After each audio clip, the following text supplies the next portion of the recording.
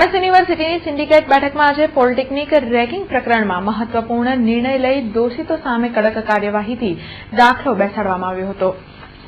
અતિ ચર્ચાસ્પદ polytechnic ragging પ્રકરણનો મુદ્દો આજની સિન્ડિકેટમાં મહત્વનો હતો. આજે સિન્ડિકેટમાં ચર્ચા બાદ પોલિટેકનિક રેગિંગ પ્રકરણ અંગે નિર્ણય જાહેર કરવામાં આવ્યો હતો, જેમાં દોષિત સામે કડક કાર્યવાહી કરાઈ હતી.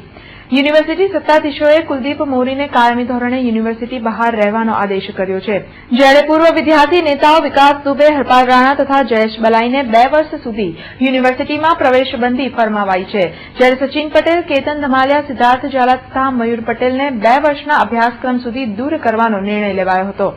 પોલિટેકનિક રેગિંગ પ્રકરણમાં કડક કાર્યવાહીથી સત્તાધીશોએ મજબૂત ઉદાહરણ પૂરું પાડ્યું હતું.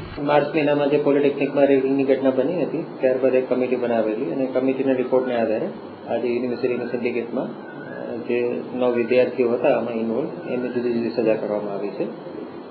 કુલદીપ મોરી નામનો જે વિદ્યાર્થી છે એને કાયમ માટે યુનિવર્સિટીમાંથી રસ્ટિકેટ કરવામાં આવ્યો છે, મતલબ કે ક્યારે પણ યુનિવર્સિટીમાં અભ્યાસ નહીં કરી શકે.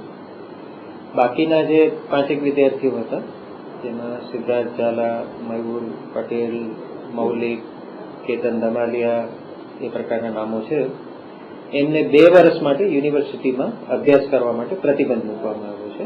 એટલે 2 વર્ષ માટે એ લોકો યુનિવર્સિટીમાં અભ્યાસ નહીં કરી શકે, ત્યારબાદ એમનો અધૂરો અભ્યાસ એ લોકો શરૂ કરી શકશે. અને વિકાસ દુબે અને જયેશ બલાઈ, જે બીજા 2 વિદ્યાર્થીઓના નામ હતા, એમને યુનિવર્સિટીમાં 2 વર્ષ માટે પ્રવેશ પર પ્રતિબંધ મૂકવામાં આવ્યો છે, કારણ કે એમને પોતાનો અભ્યાસક્રમ ઓલરેડી પૂરો કરી નાખ્યો છે.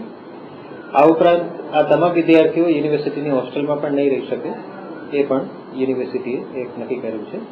અને આગામી મહિનાઓમાં આ પ્રકારની ઘટના ન બને એના માટે 5 સભ્યોની એક સેન્ટ્રલ કમિટી બનાવવા માટે વાઇસ ચાન્સલરશ્રીને ઓથોરાઇઝ